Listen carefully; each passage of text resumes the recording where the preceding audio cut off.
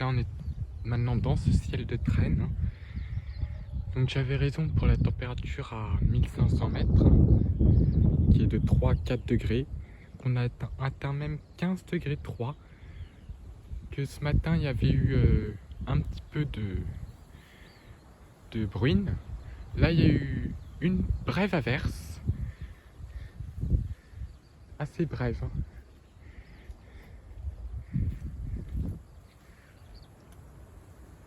Qui a donné à peine 1 millimètre, hein. Qu'avec le cumul de la bruine plus cette averse de pluie, hein, on a eu ici 1 millimètre de pluie aujourd'hui. Donc là le vent se lève.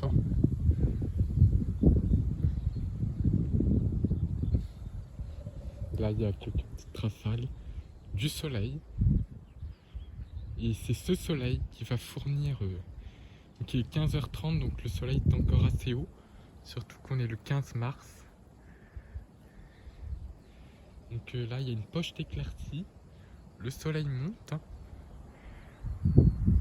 assez haut dans le ciel, et c'est l'écart de température entre l'altitude et le sol qui va pouvoir déclencher ces orages de masse d'air froid. Donc des orages se sont formés, hein, plutôt de traîne maintenant, parce que c'est une masse d'air assez douce quand même. Et là on a eu déjà des impacts sur les plus grosses averses. Que va-t-il y avoir des averses jusqu'ici? Puisque ces averses sont très puissantes, mais très localisées aussi.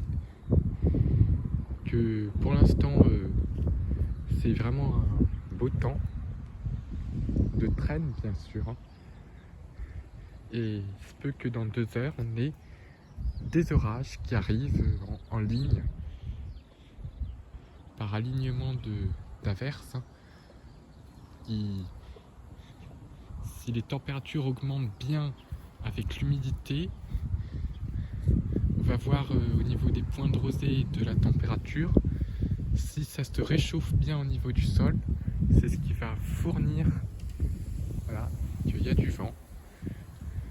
Donc le vent n'est pas trop fort, ce qui va permettre à la convection de se faire correctement, ce qui va pouvoir déclencher des orages de traîne, comme on appelle. Donc là le soleil brille, ça se réchauffe,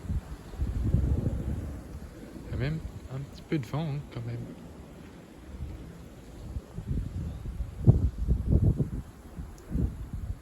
Ouais, donc les rafales atteignent 40 km/h en flux de sud-ouest. Et là on a une humidification, et c'est ce qui pourrait déclencher en deuxième partie d'après-midi de grosses averses à caractère orageux, avec des intensités pouvant dépasser très localement les 50 mm/h. Donc de fortes intensités sous les orages, de l'activité électrique, et des rafales de vent qui pourraient monter jusqu'à 80 km/h sous les plus gros orages.